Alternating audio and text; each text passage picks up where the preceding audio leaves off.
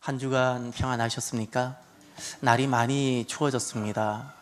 첫 겨울 추위인데 한겨울 추위 같은 추위가 왔습니다.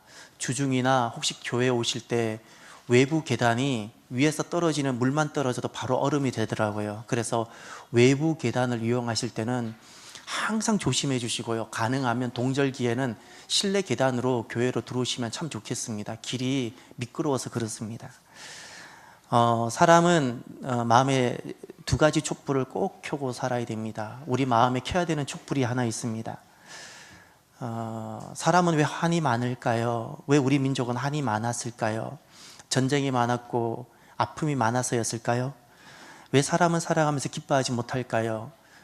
소유의 변화가 생겼기 때문일까요? 소유의 문제라면 아마 이 땅에 분명히 많이 가진 자는 항상 기뻐해야 되고 그러지 못한 분은 항상 슬퍼해야 될 것입니다. 그런데 우린 그것이 아니라는 거 잘 압니다. 내가 살아가면서 기뻐하지 못하는 이유는 소유에 있거나 환경에 있거나 불행이 다가왔기 때문이 아니라 내 존재의 문제가 해결되지 않았기 때문에 그렇습니다. 내 존재의 문제입니다. 사람은 하나님이 지으셨습니다. 그러니 어떤 사람일지라도 어떤 뛰어난 석학일지라도 그가 하나님을 만나기 전까지는 그는 아직 자기 존재를 모릅니다. 절대 모릅니다. 자기 존재를 모릅니다. 인생은 예수님이 나의 주가 되시고 그분이 나의 왕이 되실 때 비로소 내 존재가 어떤 존재인지를 알게 됩니다. 여기에 인생이 기쁨이 있고 모든 인생의 굴레에서부터 벗어나게 되는 겁니다. 헤롯은 자기 나라 안에 예수님이 오셨지만 예수님이 곁에 오셨는데도 예수님을 영접하지 않은 사람입니다. 여전히 자기가 왕이길 바랬습니다. 그래서 그는 슬픔이 많은 사람이고 기뻐하지 못했습니다. 우리 마음에 켜야 되는 촛불이 있죠. 살아가면서 내 마음에 켜야 되는 촛불. 오늘 이나가 오늘 첫 번째와 두 번째 촛불을 켰는데 우리도 켜야 되는 촛불이 있는데 그 첫 번째 촛불은 예수님이 내 인생의 왕입니다. 예수님이 내 인생의 주입니다라는 촛불입니다. 이것이 우리 신앙 고백이 되어져야 돼요. 신앙 고백이 되어져야 돼요. 내 삶의 주인이 되실 때, 예수님이 내 삶의 주인이 되실 때 놀라운 기쁨을 경험하게 됩니다. 내가 살아가면서 기뻐하지 못하는 것은 돌아보면 소유의 문제가 아니었고요. 기쁠 일이 없었기 때문이 아니라 지금 예수님이 내 삶의 주인이 되지 못하시기 때문입니다. 저와 여러분이 그리스도인이시잖아요. 하나님 은혜로 우리가 새롭게 살아가잖아요. 우리가 성도라 불림을 입었잖아요. 그러면 저나 여러분이 성도요 그리스도인이라면 우리 안에 항상 켜야 되는 촛불이 하나 있습니다. 믿음으로 켜야 되는 촛불. 내 주변 상황은 계속 달라지는데 때로는 오늘처럼 북풍 한설이 몰아치는 인생이 있을 수도 있고 때로는 깜깜한 밤이 다가오는 인생의 순간도 있을 수 있는데 그때에도 꺼지지 않는 촛불이 하나 있어야 돼요. 예수님은 나의 왕입니다. 나의 주입니다라는 그 촛불입니다. 그것은 북풍 한설에도 켜 있어야 되고 캄캄한 밤일 때에도 아무도 없는 혼자일 때도 그 촛불은 켜져 있어야 됩니다. 이 순간 내 삶의 주인이 예수님입니다. 나의 모든 것은 주님의 것입니다. 예수님이 나의 주님이십니다. 그래서 그 예수님께 나의 카바드, 나의 모든 것을 다한 그 공경을 드리고 그리고 야레, 나의 주이시고 왕이시기 때문에 그 왕이신 예수님을 내가 경외하는 겁니다. 이때 인생은 세상에서 맛보지 못하는 기쁨을 누리게 됩니다. 왜죠? 내 존재가 그때부터 살기 때문에 여기에 기쁨이 있는 겁니다. 이 길이 동방박사의 길입니다. 돌아보면 사람은 헤롯의 길을 걸어가든지 동방박사의 길을 걸어가든지 둘 중 하나를 반드시 걷습니다. 둘을 같이 걸을 수 없습니다. 둘을 같이 걷지 못합니다. 저와 여러분들은 지금 이 순간 그리스도인이라는 이름으로 성도라는 이름으로 나는 지금 어느 길을 걷고 있으신지요? 그리스도인이라는 이름으로 헤롯의 길을 걸을 수 있다는 사실을 기억하셨으면 좋겠습니다. 오늘 저와 여러분이 걷는 길이 동방박사의 길이 되기를 바랍니다. 예수님이 내 삶의 주인입니다. 그리고 지금입니다. 지금 예수님이 나의 주인이십니다. 그리고 우리 인생이 켜야 되는 두 번째 촛불이 하나 있습니다. 우리 인생이 어떤 상황에서도 꺼지지 않는 두 번째 촛불, 그것은 소망의 촛불입니다. 예수님이 우리의 소망입니다 라는 이 고백입니다. 예수님이 나의 소망입니다. 소망이란 무엇일까요? 언젠가 저는 그 노래 가사가 다 기억은 안 나는데 희망사항이라는 노래가 있었던 것 같아요. 뭐 청바지가 잘 어울리기도 하고 뭐 김치를 먹었는데도 이빨에 그 고춧가루가 끼었는데도 뭐 예쁘고 뭐 젊었을 때 그 노래가 막 심장을 뛰게 하더라고요. 그래 맞아. 청바지가 잘 어울리고 김치가 끼어도 예쁘고 뭐 그래서 그 희망사항이라는 노랫말이 참 좋았어요. 여러분, 소망은 희망사항일까요? 그렇지 않습니다. 소망은 좋은 것을 바라거나 기대하는 것일까요? 소망은 어떤 절망에서도 나를 살게 하는 것입니다. 절망인데 살게 하는 거예요. 이것이 소망입니다. 바라는 것이 아니에요.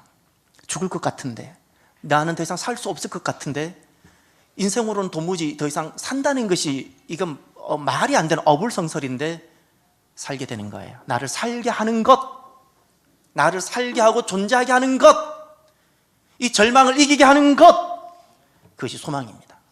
이게 소망입니다. 소망이 있으면 어떤 죽을 상황 속에서도 등이 살게 됩니다. 그러나 소망이 없으면 세상의 모든 것을 가져도 죽지 못해 살게 됩니다. 죽지 못해 삽니다. 오늘 저와 여러분들은 나를 살게 하는 것이 무엇입니까? 예수님이 나의 삶의 주인이 되시면 내 안에 어떤 일이 일어날까요? 오늘 말씀은 예수님의 부모님이 이제 예수님을 안고, 태어난 예수님을 안고 정결 예식을 행하기 위해서 예루살렘 성전에 올라왔을 때의 말씀입니다.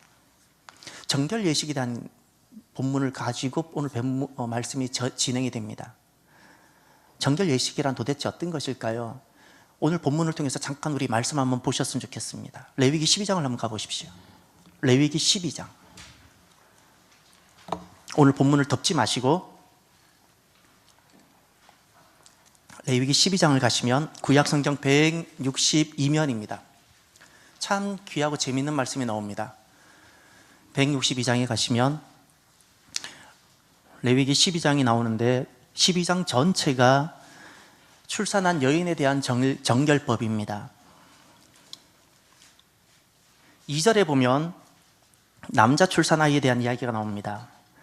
남자애를 출산했을 경우에는 7일 동안, 1회 동안 부정하고, 그리고 3절에 가면 8째 날에 그 아이를 포피를 베고 할례하라는 겁니다. 왜냐하면 7일 동안 부정하기 때문에 8일째 할례를 합니다. 그리고 4절에 가면 그 여인은 아직도 33일을 지내야 사년이 깨끗하리니 그랬어요. 그리고 나서도 또 33일이 지나야 되는 겁니다. 그 총 며칠일까요? 40일입니다. 40일이 지나야 정결하게 되어진다고 말씀합니다. 그리고 5절에 가면 여자는 남자아이의 2배가 되는 겁니다. 여자를 출산했을 경우. 왜 그럴까요? 왜 남자아이는 총 40일이면 되는데 여자아이는 80일이나 될까요? 여자가 훨씬 더 신제품이고 복잡하기 때문에. 왜죠? 또다시 생명을 출산해야 되는 몸이잖아요. 예, 훨씬 더 여자가 신제품이고, 그래서 회복도 오래 걸리는 것 같아요. 그런데 그 다음 보세요. 6절을 보십시오. 아들이나 딸이나 정결하게 되는 기한이 차면, 이게 아들일 경우 40일이에요. 이 차면, 그 다음 그 여인, 이 출산한 여인은 번제, 그리고 그 다음 속죄제 단어 보입니까? 번제 드릴 양, 속죄제 드릴 비둘기를 가지고 제사장에 가져오라 그랬어요. 그리고 7절에 제사장은 여호와 앞에 그걸 드리게 되면 비로소 깨끗하게 된다, 이렇게 말씀하셨어요. 이 이야기는, 이 말씀은 하나님께서 철저하게 여인, 생명을 출산한 여인을 보호하는 말씀이 있어요. 산후조리하라는 말씀이에요. 저는 그 이야기 듣고 깜짝 놀랐는데, 눈으로 본 적은 없는데, 미국에 있는 여인들은 고기를 먹고 살았는지, 그래서 그러는지 아침에 출산하면 오후에 뭐 샤워하고 막 움직이고 다닌다 그러더라고요. 성경적으로 그 성경적이 아니에요. 성경적인 것은 들어 누워야 돼요. 우리나라가 정말 성경적인 거예요. 40일을 누워 있어야 돼요. 눕고 미역국도 드시고 예, 몸도 회복하고 40일 동안은 주님께서 그 여인의 몸을 철저하게 지키고 보호하라고 말씀하셨어요. 심지어 성전에 마땅히 와야 되지만 성전에도 오지 말라고 하셨어요. 남편은 더더욱이고. 그렇게 하나님께서는 생명을 귀하게 여기세요. 남편 어떤 존재인가? 남자는 생명을 지켜주고 보호해주는 사람이어야 됩니다. 지금 예수님께서 오늘 본문으로 이제 돌아가시면 오늘 본문에 예수님의 부모, 여러분 예수님 부모가 나이가 어느 정도 됐을 것 같아요? 죄송하지만 두 분 다 10대예요 지금. 베들레헴에서, 고향을 떠나 베들레헴에서 지금 예수님을 출산하고 40일이 지났어요. 이제 그 어린 부모, 젊지도 않죠. 어린 부모들이가 예수님을 모시고 16km 떨어져 있는 예루살렘에 오는 거예요. 그리고 이렇게 예수님을 이제 정결 예식을 하고 이제 갈릴리로 돌아갈 거예요. 그런데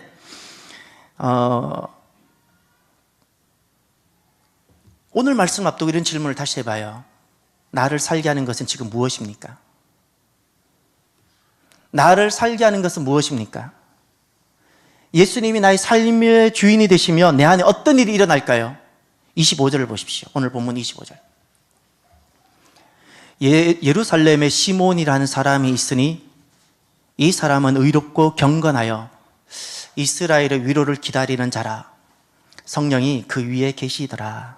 아멘. 시몬이라는 분이 등장합니다. 그분은 주님께서 이렇게 말씀하셨습니다. 의롭고 경건하다. 하나님이 보셨을 때 저와 여러분이 의롭고 경건한 사람이 되시길 바랍니다. 그러면 하나님이 인정하시는 의롭고 경건한 사람은 어떤 사람일까요? 구제를 많이 행하고 어려운 사람을 많이 돕는 사람일까요? 아니요. 자선단체에 많이 기부한다고 의로운 사람이 되는 것이 아닙니다. 하나님이 보실 때 의롭고 경건하다는 것은 예수님이 내 삶의 주인이 되신다는 뜻입니다. 예수님이 내 삶의 주인입니다. 입술로의 고백이 아니라 내 삶의 주인이 되실 때 그때 주님께서는 의롭고 경건하다고 여겨주시는 겁니다. 무엇이 의롭고 무엇이 경건한 것일까요? 구제를 행하는 것도 아닙니다. 예수님이 내 삶의 주인이 되시는 것입니다. 예수님이 내 삶의 주인이 되시지 않고 행하는 그 모든 의로운 것이 인본주의라는 것입니다. 이미 우리는 역사적으로 압니다. 모든 하나님을 떠난 세상은 인본주의를 가지고 다 펼쳐집니다.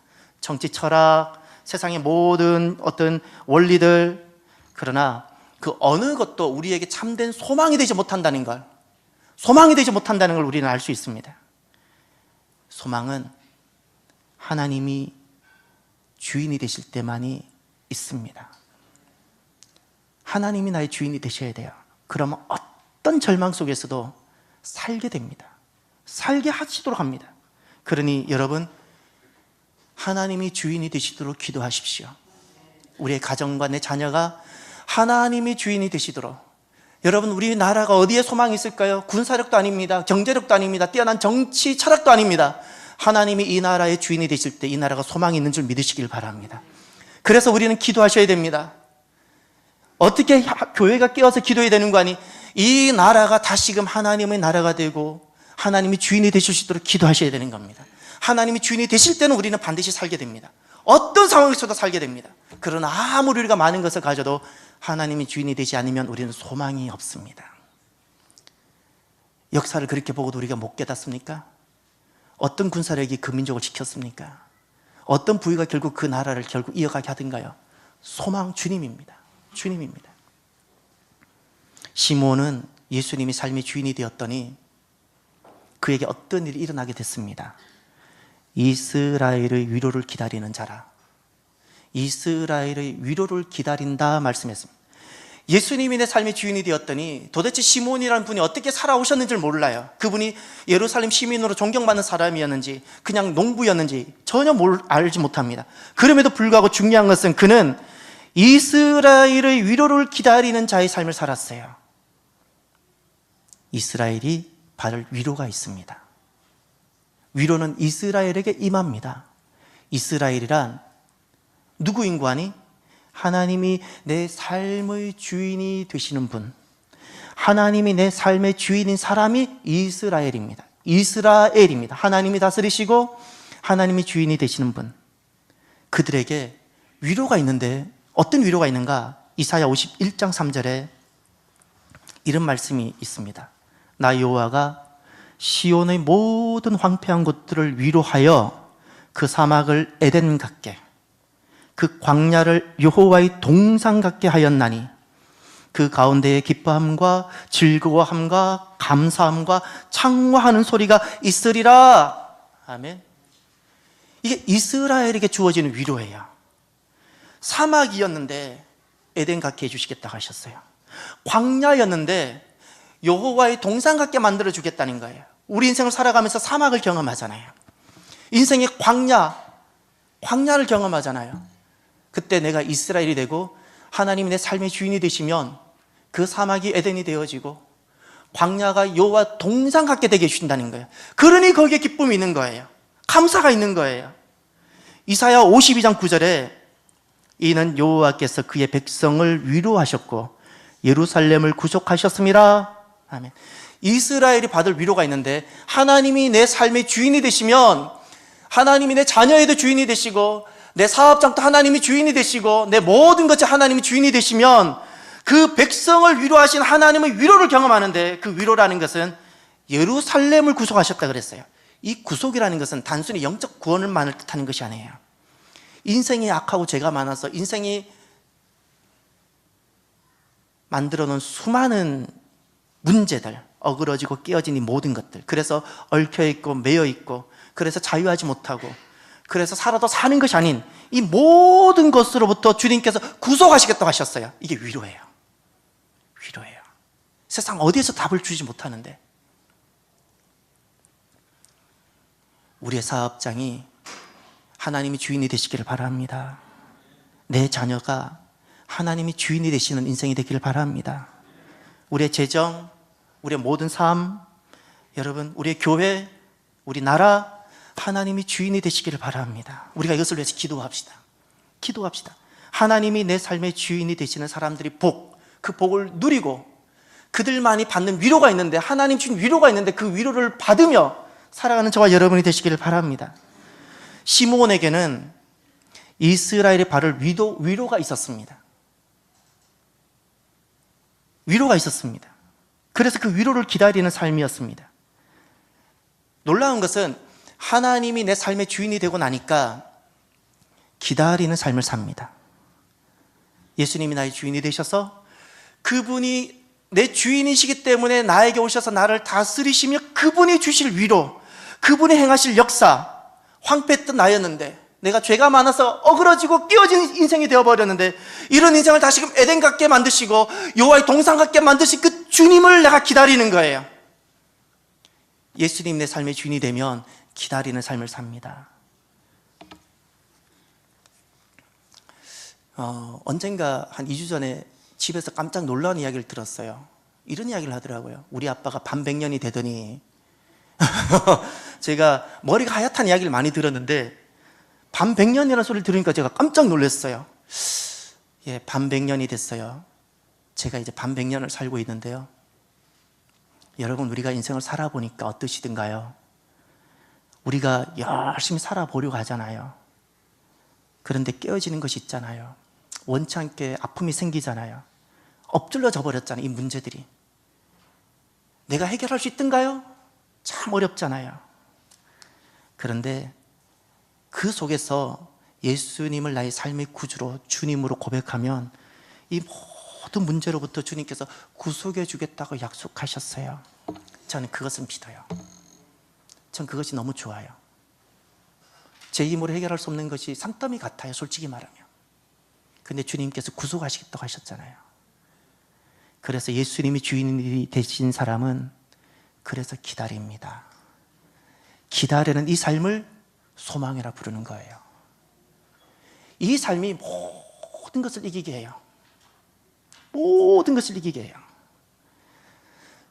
2주 전에 참 반가운 분한테서 전화가 왔습니다. 곤지암에 있는 소망수양관에 왔다가 내려간대요. 그분이 여수 산돌교회 담임으로 이제 한 2년 전에 내려갔는데, 본인이 여수도 고향이 아닌데 청빙을 받아 이제 부름받아 간 거예요. 그런 이야기를 하더라고요. 전에 저랑 개인적으로 마음을 많이 나누었기 때문에 사심없이 우리 많이 이야기를 나누었던 사이예요. 여수 산돌교회라 했을 때 실은 우리나라에서 복음화율이 참 많이 높은 지역이 울릉도가 굉장히 높고요. 그리고 여수 쪽이 굉장히 높습니다. 근데 그 여수 산돌교회라 그랬을 때 그 산돌이 손양원 목사님이 호라는 거예요. 손양원 목사님 호. 근데 본인이 이제 담임 목사로서 내려가 봤더니 저한테 이런 말을 해요. 우린 사심없이 이야기한다 그랬잖아요. 교회가 너무 좋다 그래요. 장로님이 이렇게 좋을 수가 없다는 거예요. 싸우는 장로가 아니라 장로가 이렇게 좋을 수가 없다는 거예요. 그러면서 제게 이 말을 했던 것이 그렇게 기억이 나요. 교회사에서나 만났던 손양원 목사님, 사랑의 원자탄이라고 뭐 그냥 책으로만 만났던 손양원 목사님, 그런데 그 귀한 삶을 사셨다는 것은 우리가 다 알고 있는데 그 목사님 떠나셨지만 아직까지도 이렇게 선한 영향력을 끼치고 있을지 몰랐다는 거예요. 교인들이 손양원 목사님은 떠나고 안이 계시지만 그분이 어떻게 사셨는지 그분을 생각하는 거예요. 그분을 기억하는 거예요. 그리고 그분처럼 그분 남아있는 분들도 걸음걸음 걸어가시는 거예요. 저는 제가 주일학교 때, 초등학교 때 제가 만난 손양원 목사님이 계세요. 선생님들이 전해주셨던 말씀들, 제가 이렇게 들었던 말씀들, 제 어렸던 마음속에 제게 남아있었던 손양원 목사님은 이런 분이 있어요. 예수님을 기다리시는 분. 제게 새겨진 손양원 목사님은 저는 다른 건 잘 몰랐어요. 예수님을 기다리는 분. 주님 고대가라는 찬양이 있습니다. 그분이 그 찬양은 손양원 목사님이 작사한 곡이에요. 낮에나 밤에나 눈물 머금고 내 주님 오시기만 고대합니다. 가실 때 다시 오마 하신 예수님, 오 주여 언제나 오시렵니까? 찬양 기억나시나요? 예. 말씀을 준비하는데 막 눈물이 왈칵 나더라고요. 낮에나 밤에나 눈물 머금고 내 주님 오시기만 고대합니다. 3절에 보면 제가 한 5절인가 7절까지 있었던 기억이 나는데 3절에 이런 가사가 있어요. 먼 하늘 이상한 구름만 떠도 행여나 내 주님 오시는가 해. 어렸을 때 이 찬양을 부르면서 목사님은 하늘에 구름만 떠도 예수님이 구름 타고 다시 오신다고 하셨기에 구름만 이상하게 떠도 주님이 오시는가 기다리는 분이었구나, 이렇게 기억이 되어잖아. 먼 하늘 이상한 구름만 떠도, 저도 그래서 구름만 보면 손양원 목사님 항상 생각나요. 특별히 이상한 구름만 보면. 어렸을 때 제 마음과 마음이 일치가 되도록 했던 가사가 있는데 거기 모든 것이 다 담겨져 있는 것 같아요. 이런 가사가 있어요. 내 주님 자비한 손을 붙잡고 면류관 벗어들고 찬송 부르면 주님 계신 그곳에 가고 싶어요. 오 주님 언제나 오시렵니까? 주님 계신 그곳에 가고 싶어요. 어린아이같이 고백을 했어요. 주님 계신 그곳에 가고 싶어요. 나 주님 계신 그곳에 가고 싶어요. 여러분 이제 생각을 해봐요. 어떻게 내 자식 2명이나 죽인 살인범인데, 내 자식 2명이나 죽인 살인범인데 돌을 들고 던져도 위로가 되지 않고, 돌을 들고 던져도 마음 해결이 안 될 텐데, 내 자식, 내 눈에 넣어도 아프지 않는 내 자식 2명이나 죽였는데 그 사랑을 어떻게 양자로 입양할 수 있어요? 어떻게 입양할 수 있죠? 정말 부모로서 가능한가요? 우리도 자녀가 다 있잖아요. 우리도 자녀가 다 있잖아요. 한 자식만 그렇게 되었으면 우리 어떻게 될 것 같아요? 어떻게 이게 가능할 수 있었죠? 로마에 있는 성도들, 그 원형 경기장에 그 무시무시한 칼 앞에 그들이 추풍 낙엽처럼 쓰러질 때, 때로는 짐승의 밥이 되어져 갈 때, 1, 2년도 아니고 100년도 아니고 200년이 넘는 그 시간을 어두운 지하 카타콤이라는 곳에서, 그곳에서 태어났어, 그곳에서 자랐어, 그곳에서 결혼했어, 그곳에서 자녀 기르다가 그곳에서 죽어가면서 어떻게 그들은 믿음을 저버리지 않을 수 있었죠? 사도 바울, 그 당시엔 그래도 그는 예루살렘에서 가장 잘 나가는 사람 중에 한 사람이고 장래가 예루살렘의 관점에서는 정말 기대가 되는 사람이었는데 어떻게 그가 가정도 이루지도 않고 남은 평생을 복음을 전하며 살아갈 수 있었을까요? 그러나 복음을 전하는 그 길이 그 당시나 오늘날의 사회학적 관점으로 보면 잘 사는 길이 아닌데, 고난의 길인데, 배고픔의 길인데 어떻게 그 길이 가능했죠? 오시는 주님을 기다리는 삶이었기 때문에 그래요. 아무리 내가 돌을 던져도 그것으로 위로가 되지 않기 때문에, 주님이 아니면 어떤 것도 위로를 받을 수 없기 때문에 돌을 들고 싶지만 그 돌을 내려놓고 촛불을 켰어요. 마음의 촛불을. 오시는 주님을 기다리는 그 소망의 촛불을 아들이 주고 가는데도 꺼트리지 않고 켰어요. 내 사랑하는 부모와 형제들이 사자밥이 되어 가는데도 그 속에서 돌을 두고 던지지 아니하고 오히려 오시는 주님을 기다리며 촛불을 켰어요. 소망은 오시는 주님을 기다리는 것이고, 그래서 소망은 인생으로 살아가면서 닥쳐오는 모든 아픔을 그래서 이기게 하고 견디게 합니다. 내게 소망이 있을 때만이, 세상에서 해답을 찾는 사람은 결코 소망이 없고요, 오시는 주님을 기다리니 소망이 있는 자는 용서하게 되고요, 어떤 인생을 살면서 우리에게 닥쳐오는 수많은 일들 때문에 절망하고 싶고 포기하고 싶은 상황 속에서도 다시 살게 합니다. 가정도 다시 살게 하고, 깨어진 관계도 다시금 살게 하고, 다시 살게 합니다. 소망이 다시 살게 합니다. 소망의 사람이 되시길 바랍니다. 나의 왕 되시고 나의 주 되시는 주님, 그 주님을 지금 내가 있는 그 자리에서 정결한 신부가 되어서 오시는 주님을 기다리는 그런 사람이 저와 여러분이 되시길 바랍니다. 소망은 한 가지를 반드시 변화시키는데 26절을 보십시오. 마지막으로 보셔야 될 말씀이 하나 있습니다. 오늘 본문을 보시면 그가 주의 그리스도를 보기 전에 죽지 아니하리라 하는 성령의 지시를 받았더니 주의 그리스도를 보다라는 말씀이 있죠. 27절 보세요. 성령의 감동으로 성전에 들어가매 그랬죠. 이제 제가 질문을 드려볼게요. 시몬이라는 분이 계셨는데 그에게 예수님에 대한 소망이 있었더니 새로워지고 달라진 것이 있어요. 무엇인가요?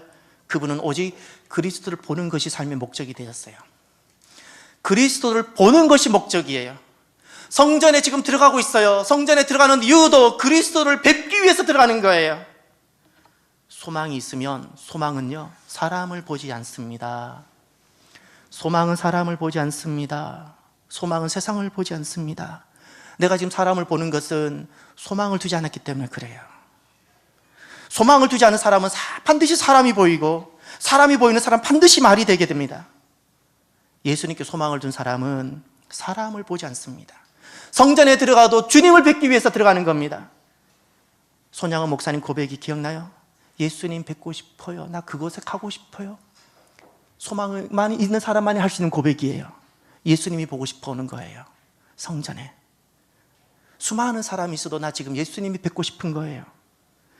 내가 지금껏 살아오면서 드렸던 그 어떤 사랑보다 비교할 수 없는 사랑과 비교할 수 없는 헌신을 가지고 내가 정결한 신부가 되어서 내 곁에 별의별 사람이 다 있어도 그 어느 것도 보지 아니하고, 별의별 소리가 세상으로부터 다 들어와도 어느 것도 듣지 아니하고 나는 예수님만 보는 거예요. 그 예수님께 나의 모든 것을, 나의 사랑을 드리는 거예요. 이것이 소망이고, 그 결과가 이렇게 됩니다. 29절과 30절을 보세요. 참 귀한 아름다운 고백이 여기 나옵니다. 주제여, 이 주제라는 것은 나를 다스리시는 주님이란 뜻이에요. 나의 왕 되시는 주님, 나를 다스리시는 주님이란 뜻이에요. 이제는 말씀하신 대로 종을 평안히 놓아주시는 도다. 이것은 주님을 만난 자의 고백이에요. 주님을 만났을 때 주어지는 그 기쁨의 자유의 기쁨, 어디에도 아무리 아무리 많은 것을 가져도 세상 어디에서도 이것을 맛볼 수 없는데 주님 안에서만 누릴 수 있는 영혼의 자유, 완전한 자유예요. 모든 것에서 매이지 않아요. 내 자녀를 잃었어도 누릴 수 있는 그 자유예요. 종을 평안히 놓아주시는 도다. 이것이 주님을 만났을 때, 기다리는 주님을 만났을 때 고백이고, 30절 다 같이 읽겠습니다. 내 눈이 주의 구원을 보았사오니. 아멘, 아멘. 살아오면서 우리가 참 많은 다양한 사연을 갖게 되잖아요. 예수님이 나의 소망이 되어지면 어떻게 되는 거니? 우리가 이 주의 구원을 보게 됩니다. 주의 구원을 보게 됩니다. 이 놀라운 내 눈이 주의 구원을 보았사오니, 이 역사가 있게 되어지길 바랍니다. 오늘은 대림절 두 번째 주일입니다. 지난날에는 오늘 본문에 등장한 시몬이라는 분이 주님을 기다리셨죠. 로마 성도들이 그 카타콤에서 그 긴 세월을 보내면서 그들은 주님을 기다리는 삶을 살았습니다. 사도 바울이 살았고 손양원 목사님이 그렇게 먼저 사셨지요. 그들은 그 상황 속에서도 돌을 들고 싶은데 돌을 들지 않고 그들은 소망의 촛불을 켰어요. 예수님을 기다리는 그 소망의 삶을 믿음으로 그들은 살았습니다. 이제 우리가 그 촛불을 이어갈 차례입니다. 이 촛불이 꺼져서는 아니 돼요. 돌을 들고 싶을 때가 있어요. 돌을 정말 들고 싶을 때가 있어요. 우리는 돌을 드는 사람이 아니라 믿음으로 소망의 촛불을 켜는 사람들입니다.